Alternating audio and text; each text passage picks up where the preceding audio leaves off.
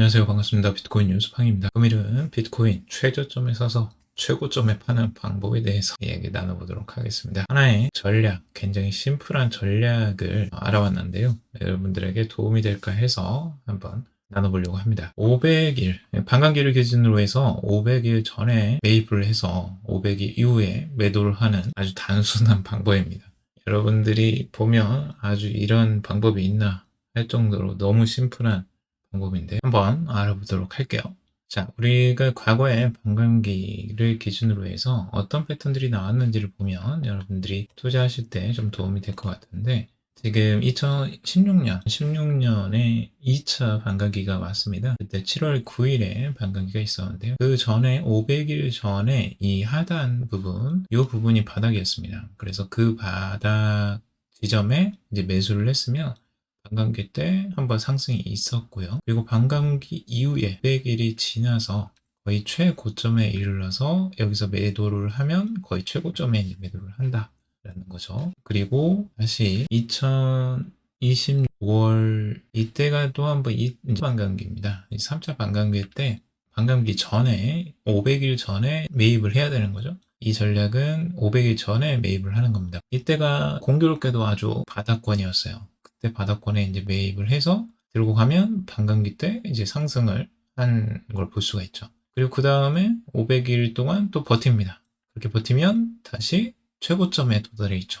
거의 최고점인데 끝점은 아니에요. 완전 최상은 아니고 이제 그 전 단계이라고 보면 되고요. 그리고 지금 이번에 반감기 4차 반감기도 왔죠. 2024년 4월 20일이었습니다. 이때가 이제 4차 반감기인데 4차 반감기 500일 전을 살펴보면 이때도 완전 최저점이에요. 아주 신기하게도. 그래서 공교롭게 완전 바닥권 최저점을 찍고 올라오는 이 시점이 딱 500일 전입니다. 근데 이때 매수를 했다면 지금 반감기 때 다시 수익권이겠죠.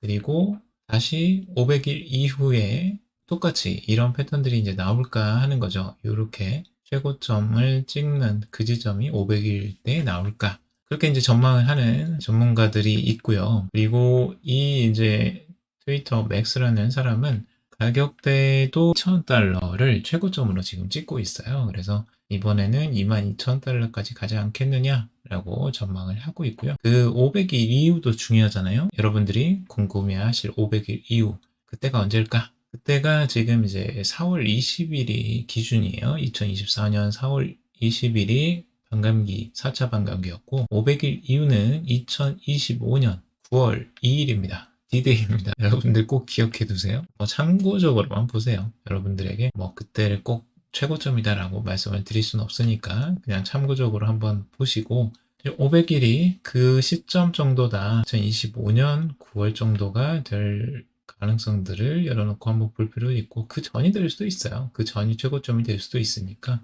그 전후로 우리가 봐야 될 것 같고 제가 그래서 검증을 했어요. 여러분들에게 직접 검증하기 귀찮으시니까 제가 귀찮은 걸 대신 해주셨습니다. 그래서 과거를 한번 가봤어요. 정말 이때가 반감기 때 바닥이었나? 진짜 바닥이었어요. 진짜 반감기 2016년 7월 9일 이때가 이제 반감기였고 500일 전을 보면 거의 바닥권이죠. 그리고 이때부터 상승세가 이제 무지막지하게 나와요.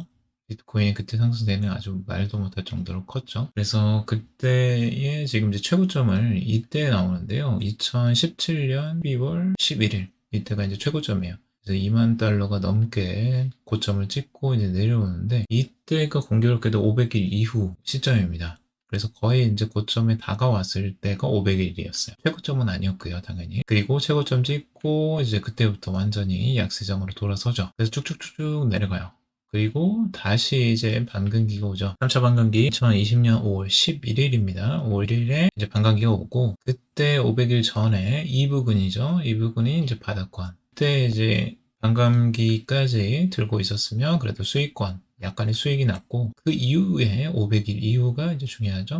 이때 500일 이후 이때입니다. 이 시점이 이제 두 번째 다시 3차 반감기 500일 이후의 가격대입니다. 그래서 거의 최고점은 아니에요. 최고점은 아니고 그 전에 이제 500일이 도래해서 이때쯤인데 가격이 지금 5만 선? 이때죠. 거의 최고점에 이제 가까웠을 때입니다. 근데 요거 이제 추가적으로 올라간다 하고 또 계속 있으면 다시 이제 하락세를 엄청나게 맞았겠죠. 그리고 다시 또 하락을 하죠. 그때부터 약세장으로 쭉 돌아섭니다. 그리고 진짜 또 바닥권이 오게 되고요.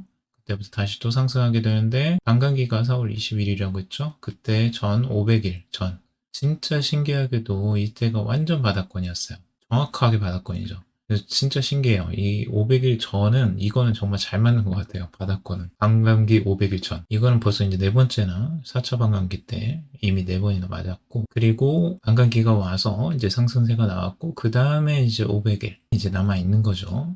4월부터 지금 현재까지 이 흐름들을 지금 보여주고 있고, 어디로 갈 것이냐, 결국에는 여기서 다시 한번 상승세가 나오지 않겠느냐라는 게 이제 많은 전문가들의 의견이고, 그리고 그 기간은 지금 2025년 9월 2일이 이제 500일 되는 때입니다. 그래서 그때가 과연 최고점이 나올지 한번 지켜보도록 하고요. 궁금합니다. 저도 그때가 정말 나올지. 여러분들 이제 참고적으로 이런 지표들은 참고적으로만 보세요. 여러분들 너무 맹목적으로 믿지 마시고 이런 패턴들이 반복되었다 보셨으면 좋겠습니다. 그리고 비트코인 폭발적 상승 단계에 진입했다라는 기사인데요. 지금 렉트 캐피탈 같은 경우 비트코인이 과거 강세장과 유사한 경로로 따르고 있다. 특히 반감기를 기점으로 장기적인 조정과 통합 단계를 거쳤다라는 내용입니다.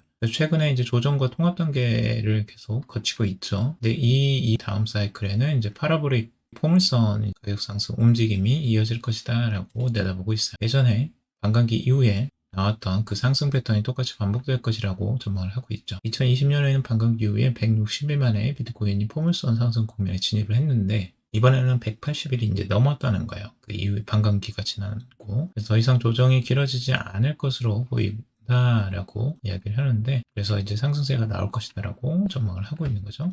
그리고 기관 활동 증가로 미국 세계 최대 암호화폐 시장을 차지하고 있다라는 내용인데, 지금 암호화폐 분석 업체인 체이널리시스 보고서에 따르면 이 기관 활동 증가로 미국이 세계 최대 암호화폐 시장으로 자리매김했다라는 내용입니다. 1조 3천억 달러의 온체인 가치를 창출하면서 전 세계 암호화폐 총액의 2.5%를 차지했다고 해요. 특히 이 100만 달러 이상의 대규모 거래의 70%가 미국에서 이루어지면서 시장 지배력을 입증했다고 합니다. 네, 그래프로 딱 보면 아시겠죠? 어마어마한 차이입니다. 대량 거래를 보면 지금 1위가 미국이고요. 2위가 영국입니다. 영국. 그 다음에 러시아가 들어가 있네요. 그리고 인도네시아도 있고 이런 식으로 이제 순위가 쭉쭉쭉쭉 나오는데 우리나라는 어디 있나요? 우리나라는 안 보이네요. 우리나라 없어요. 여기 순위권에는 아쉽게도. 그래서 비트코인이 지금 이제 미국에서 이렇게 시장을 주도하는 원인으로 꼽히는 건 결국엔 비트코인과 이더리움의 이제 현물 ETF를 꼽고 있습니다. 이 시장이 올해 창출이 되면서 거의 비트코인이 기관 투자자들이 들어오고 있다는 부분이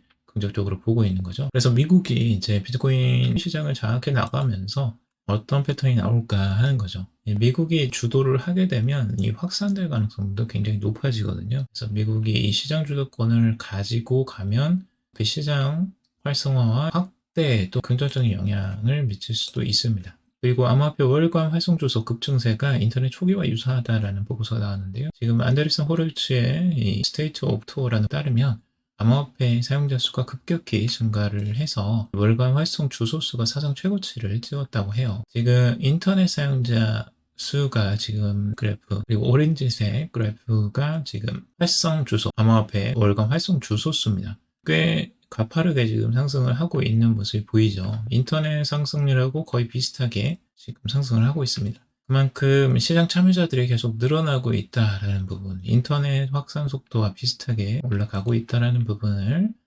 보여주고 있고, 지금 블록체인과 상호작용한 지갑 주소는 약 2억 2천만 개에 달했다고 해요. 이는 2023년에 7천만 개와 비교했을 때도 어마어마한 증가세죠.